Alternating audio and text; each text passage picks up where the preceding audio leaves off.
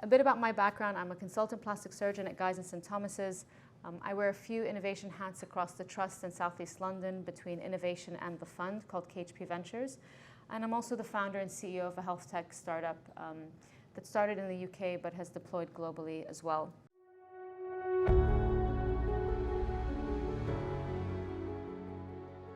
To give you a bit about my background, I was originally born in San Diego, California, but when I was about 8 or 9, my parents decided that it was time to move back home, as they said, to where I'm originally from, which is Lebanon, Beirut, Lebanon. We landed in Beirut in the late 80s, early 90s with simple things that probably took for granted as a child, like electricity, water, having to study on candlelight, all those different things that really, really taught me a lot about, gratitude, about purpose, and about what it is that sort of keeps you going. But this was really the environment I grew up in. So this is what driving to school looked like. This is what going to a friend's house looked like. But this is also what taught me about that reflection of where do we sort of go from here and what impact can I have with other people's lives. So I was about 13 or 14 when I decided that I was really affected by what I was seeing, and I wanted to make sure that I could make a difference in people's quality of life. What really starts to impact you is seeing people with really bad morbidity, burns, contractures, missing limbs, unable to work, unable to feed their families, the loss of pride, the loss of sort of purpose in community. And so I started to think about a role in my life where I could help those individuals. And I was very lucky at 13 that a plastic surgeon flew over from New York and started to do mission surgery in some of the camp hospitals. I went to him at a function, a family function, said, can I go to your OR with you? I was 13. He said, sure, I've never had a 13-year-old ask me, but if you want to come along, go for it. And back then, 13-year-olds could walk into an OR. This would not happen today. But he took me along. I remember he picked me up at 5 in the morning. We drove down to the south of Lebanon, to Sidon, and I spent the whole day with him in the OR, and I was absolutely mesmerized. The fact that we were helping young girls with burns, contractures in their ankles so they could start walking. We were doing skin grafts, sort of simple, basic plastic surgery techniques, but ones that could really change people's lives. And I distinctly remember running into my parents' living room that afternoon and saying, that's it. I know what I'm going to do. I'm going to be a reconstructive plastic surgeon. This is it. And so that's what I committed that sort of first chapter of my career to.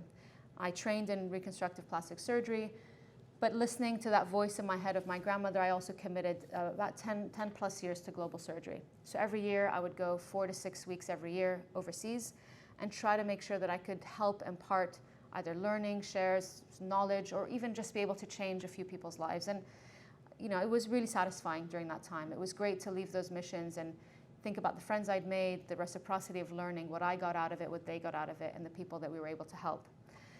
But over time, what I also started to realize is that as I was helping people, I was also very acutely aware of all the others I wasn't helping and just how vast the problem was. And also the fact that this was just not a scalable solution, that sort of traveling to 14 hours to Vietnam and taking 2 weeks of study leave or annual leave to deliver that was just not a model that was going to, unfortunately, address the bigger problem we had.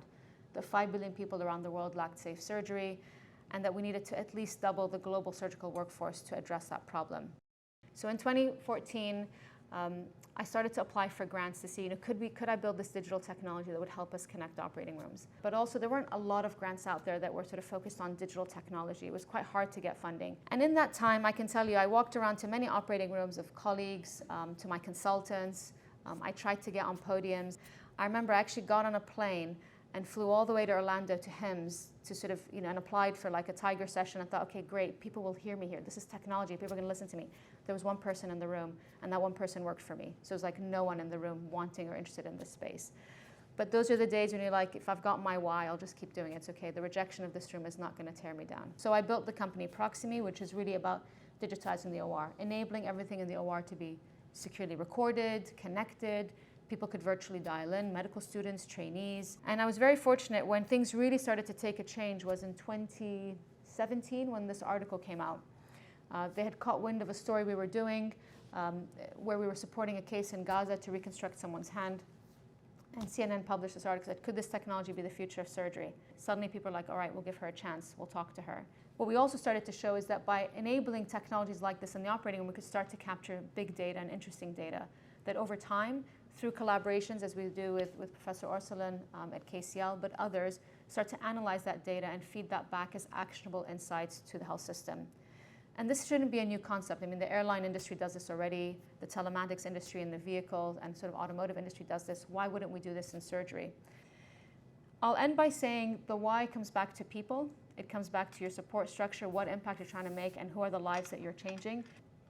And just some final parting words is, today I don't identify myself just as a surgeon. I say I'm a surgeon and an innovator. And I think just some lessons for me personally through that have been really think big and be bold and be brave. You've heard that a lot today.